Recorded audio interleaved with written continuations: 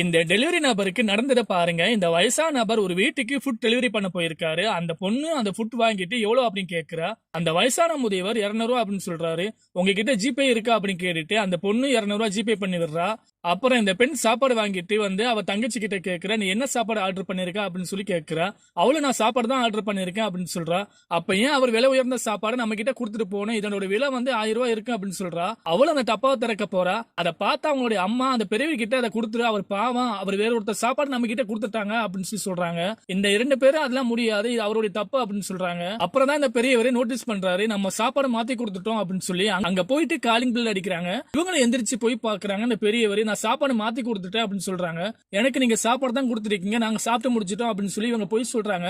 இவரும் பணமாவது கொடுங்க அப்படின்னு சொல்லி இவன் முடியாது அப்படின்னு சொல்லி வீட்டுக்குள்ள போயிட்டாங்க. அவங்க அம்மாவும் யாரு அப்படின்னு சொல்லி கேக்குறாங்க. அங்க யாருமே இல்ல அப்படின்னு சொல்லி இந்த பெண் போய் சொல்றா.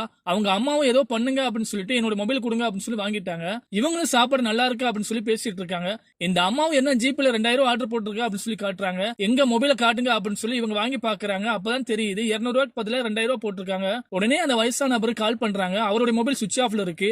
அந்த நேரம் வீட்டுல உள்ள காலிங் பெல் அடிக்குது. அந்த பெரியவர், மேடம் நீங்க 200 ரூபாய்க்கு பதிலா 2000 போட்டு விட்டுட்டீங்க அப்படின்னு சொல்லி என்னுடைய மொபைல் சார்ஜ் இல்லாம ஆஃப் ஆயிருச்சு, அதை ஏடிஎம் எடுத்து வந்து தந்தேன் அப்படின்னு சொல்லி கையில கொடுக்குறாங்க. இந்த பெண்ணு மாத்தி கொடுத்த சாப்பாடு அவர்கிட்டே கொடுத்துட்டு அவளுடைய தங்கச்சி ஆர்டர் பண்ண சாப்பாடை வாங்கிட்டு பணத்தை கொடுத்துட்டு கிளம்புறா. இவர் நினைச்சா அந்த பணத்தை கொண்டு போயிருக்கலாம், ஆனா உண்மையா இருக்கணும் அப்படின்னு சொல்லி இவர் நினைச்சிருக்காரு.